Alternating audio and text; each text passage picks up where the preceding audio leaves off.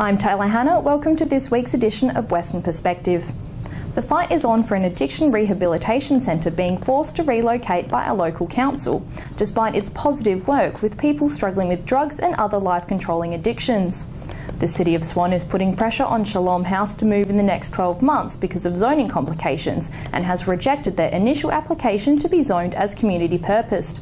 So what is the impact to the community? We examine why Shalom House is fighting the recommendations and is continuing to provide a service for those in need.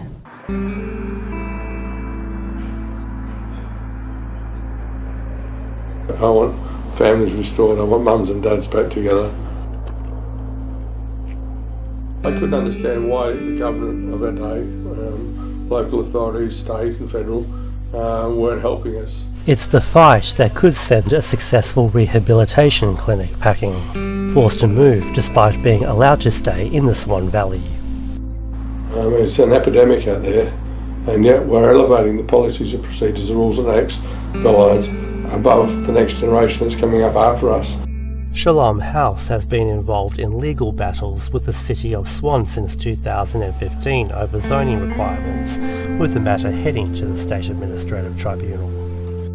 But despite the planning body's recommendation to the local council to reclassify the faith-based centre for community purposes, the City of Swan has now given it 12 months to relocate from the Swan Valley. That actually doesn't line up with the State Administrative Tribunal's rulings. Peter Lyndon James is the founder and CEO of Shalom House, which helps rehabilitate men with addictions, including drugs and alcohol. He's disappointed and confused with the City of Swan's decision to reject its application to reclassify it for a community purpose. Shalom House has been classed as a community purpose building. The City of Swan actually has it within the authority to grant us community purpose zoning on that particular location.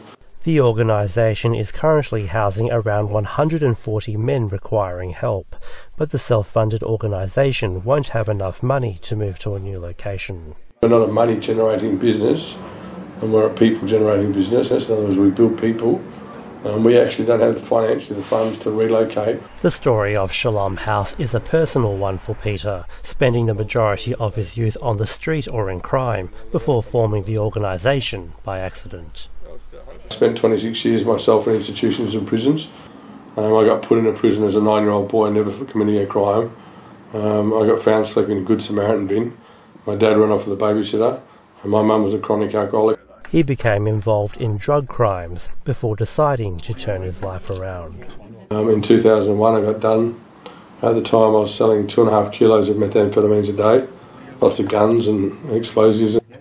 I changed my life. Peter is now helping other men in similar circumstances to his to start their lives again. Come here, I got my family back, put my eyes to God. Now I'm interested in the program, interested to hang around in the program for a while. It doesn't cost anybody anything. It has everybody else settling within 4 months, plus they leave fully restored. I found a way to actually get the prisoner. But the City of Swan claims the rejection came following a community consultation, but it will continue to support the organisation.